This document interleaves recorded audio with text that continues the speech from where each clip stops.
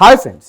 శాస్త్రవేత్తలు కొన్నిసార్లు కొత్త జంతువులను కనుగొంటారు, కానీ ఈసారి జరిగినటువంటి ఆవిష్కరణ మరింత ఆసక్తికరంగా ఉంది. దాదాపు 160 ఏళ్లుగా ఒకే జాతిగా భావించినటువంటి హిమాలయన్ షిట్ వైపర్ అనే విషపూరిత పాము అసలు 5 వేర్వేరు జాతుల సమూహం అంటూ కూడా శాస్త్రవేత్తలు గుర్తించారు. హిమాలయాలు, హిందూకుష్ పర్వత ప్రాంతాల్లో నివసించే ఈ పాముల్లో 3 జాతులు ఇప్పటివరకు శాస్త్ర ప్రపంచానికి పూర్తిగా తెలియనివని పరిశోధకులు చెబుతున్నారు. అసలు ఈ హిడెన్ వైపర్స్ రహస్యం ఎలా బయటపడిందో ఇప్పుడు తెలుసుకుందాం. ఈ పరిశోధనను స్లోవేకియాలోని క్యూమెనియన్ యూనివర్సిటీ, అలాగే మ్యూజియం కొనిగ్, అలాగే మ్యూజియం ప్యూర్, నాటర్ కొండే బ్లెరిన్, పాకిస్తాన్ మ్యూజియం కూడా ఆఫ్ న్యాచురల్ హిస్టరీ తదితర సంస్థలు కూడా చెందినటువంటి శాస్త్రవేత్తలు నిర్వహించారు. ఈ అధ్యయన ఫలితాలు కూడా జూకేస్ జర్నల్లో ప్రచురితమయ్యాయి. ఈ పరిశోధనకు డేనియల్ జాబ్లోక్ని నాయకత్వం వహించగా సిల్వియా హంఫర్స్ మరియు ఫ్రాంక్ టిల్లాక్, అలాగే రూపాకాత్ మన్సూర్ తదితర శాస్త్రవేత్తలు కూడా పాల్గొన్నారు.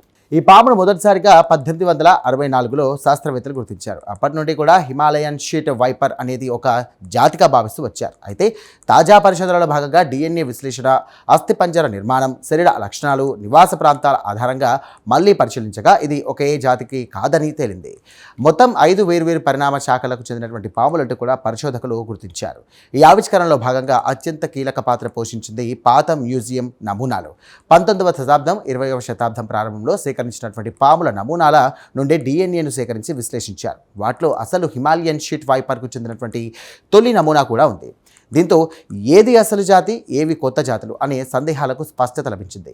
శాస్త్రవేత్తల ప్రకారం ఈ పాములు కనిపించే ప్రాంతాలు ప్రపంచంలోని అత్యంత క్లిష్టమైన పర్వత వ్యవస్థల్లో ఒకటి. హిమాలయాలు, హిందూకుష్ ప్రాంతాల్లోని లోయలు, పర్వతాలు, వాతావరణ పరిస్థితులు జంతువులను ఒకదానికొకటి వేరు చేసి లక్షల సంవత్సరాల పాటు కూడా ప్రత్యేక జాతులుగా పరిణామం చెందేలా చేసి ఉండొచ్చంటూ కూడా పరిశోధకులు భావిస్తున్నారు.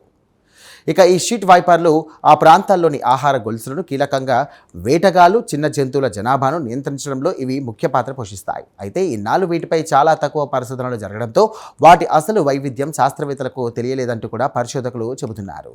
ఇప్పుడు ఈ కొత్త జాతులను గుర్తించడం ద్వారా వాటి జీవశాస్త్రం, విష లక్షణాలు, సంరక్షణ అవసరాలపై మరింత లోతైన అధ్యయనాలకు మార్గం సుగమమవుతుందంటూ కూడా వారు భావిస్తూ ఉన్నారు. చూసారుగా ఫ్రెండ్స్, దాదాపు 160 ఏళ్లుగా ఒకే జాతిగా భావించినటువంటి విషసర్పం అసలు 5 వేర్వేరు జాతుల సమూహం అంటూ కూడా ఈ పరిశోధన వెల్లడించింది.